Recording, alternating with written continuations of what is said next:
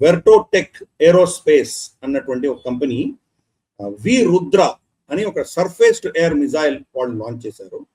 Surface to air missile ఇది 120 kilometre దాకా కొట్టగలిగినటువంటి ఒక మిజైల్ ని, సర్ఫేస్ టు ఎయిర్ మిజైల్ ఒక ప్రైవేట్ రంగ సంస్థ మనకు వెర్టోటెక్ అన్నటువంటి ఒక కంపెనీ వీళ్ళు తయారు చేశారు.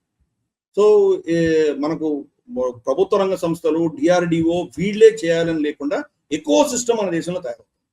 కాబట్టి సర్ఫేస్ టు ఎయిర్ అంటే ఇక్కడ భూమి మీద నుంచి శత్రువులు పంపించేటువంటి డ్రోన్స్ కావచ్చు, మిజైల్స్ కావచ్చు, వాళ్ళ ఫైటర్ ఎయిర్ క్రాఫ్ట్స్ కావచ్చు, లేదా వాళ్ళ హెలికాప్టర్స్ కావచ్చు, లేదా వాళ్ళ మనకు ఏంటంటే మిడ్ ఎయిర్ రీఫ్యూలర్స్ కావచ్చు, ఏవాక్స్ కావచ్చు, వీటినన్నింటిని కూడా టార్గెట్ చేయగలిగినటువంటి మిజైల్ 120 కిలోమీటర్ల దూరంగా కొట్టగలిగినటువంటి టెక్నాలజీ మనకు ఒక ప్రైవేట్ రంగ సంస్థ వెర్టో టెక్నాలజీ అనేది తయారు చేస్తుంది. అది చాలా అద్భుతమైన విషయం.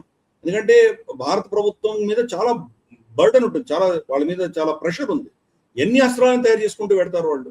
మన ప్రైవేట్ రంగ సంస్థలు కూడా దానికి అనుసంధానమై వాళ్ళు చేయగలిగిన రోజు తప్పకుండా మనం దాన్ని ముందు తీసుకు ఇంకా దాన్ని ఒక కెపాసిటీ బిల్డ్ చేసుకునేటువంటి పరిస్థితి ఉంటుంది.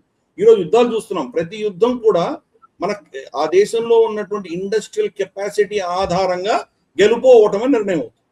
ఈరోజు అమెరికా ఇరాన్తో ఎందుకు అంత కష్టాల్లో ఉన్నారు? వాళ్ళ ప్రొడక్షన్ కెపాసిటీ తక్కువ ఉంది. మిజైల్స్ మిలియన్స్ ఆఫ్ డాలర్స్ ఖర్చు చేసేటువంటి మిజైల్తో తయారు చేయలేకపోతున్నారు. కానీ ఇరాన్ వాళ్ళు ఎన్ని మిజైల్స్ ఫైర్ చేస్తున్నారో అంతకంటే ఎక్కువ మిజైల్స్ ప్రొడ్యూస్ చేయగలుగుతారు. కాబట్టి ప్రొడక్షన్ ఎక్కడ ఇంక్రీజ్ చేయగలుగుతారో ఆ దేశాలే గెలుస్తాయి. ఒక ప్రభుత్వమే అన్ని ప్రొడ్యూస్ చేయాలంటే కనుక వాళ్ళకు ఉన్నటువంటి కెపాసిటీ లిమిటెడ్. కాబట్టి ప్రైవేట్ రంగ సంస్థలు కూడా ముందుకు రావడం పెద్ద విషయం. ఈ వీడియో మీకు నచ్చినట్టయితే లైక్ చేయండి, 10 మందికి షేర్ చేయండి. అలాగే కామెంట్ల రూపంలో మీ అభిప్రాయాలను మాతో పంచుకోండి. Nationalist hub group of channels ను సబ్స్క్రైబ్ చేసుకుని తెలుగునాట జాతీయవాద జర్నలిజాన్ని ప్రోత్సహించండి. ఈ వీడియో కింద ఉన్న బెల్ ఐకాన్ పై క్లిక్ చేయడం మర్చిపోవద్దు.